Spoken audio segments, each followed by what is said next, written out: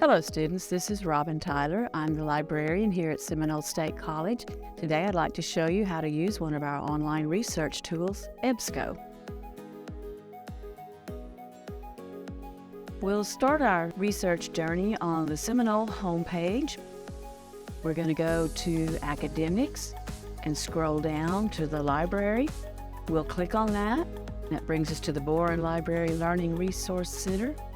We'll scroll down there and click on the online research tools. You can see that we've got several different tools available, but today we're going to work on EBSCO. So we'll double click on that, and that brings us to the EBSCO page. And up at the top left corner, there's EBSCO Host Web. I'm going to click on that. And then we have lots of different tools available under the EBSCO umbrella. But we're going to multiply our chances. We're going to select all and then continue. And let's say that we want to do a report on Schedule I drugs.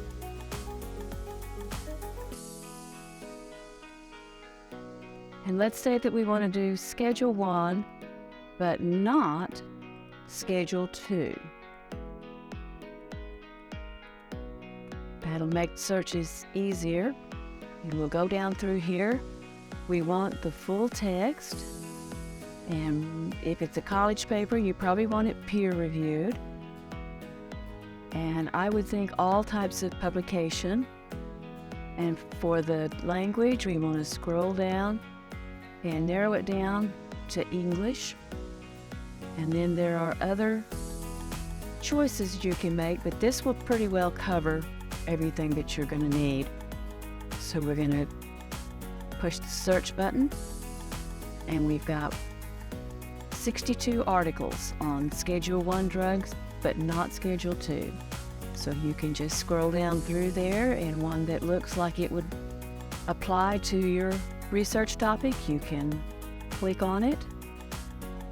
And this gives you all the information about it. There's an abstract that tells you what it is. You can read through the abstract and see if it's the correct information that you need, and then just click on the full text over here and print it off.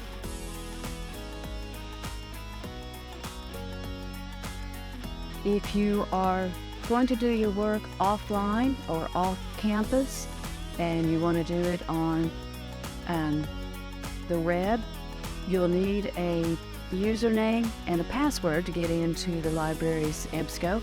So just email me at r.tyler@sscok.edu and ask for the password, and I will give it to you. Thank you so much.